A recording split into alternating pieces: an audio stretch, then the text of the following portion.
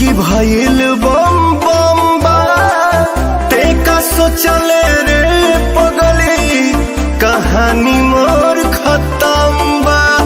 ए सुना खा के भोला के कसम कहिले खाली तोहरे से प्यार हम करिले।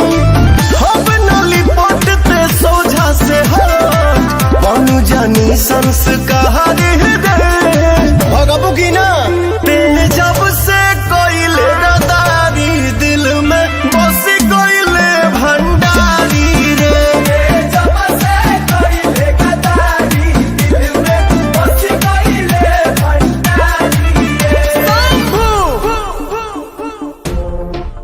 शंभू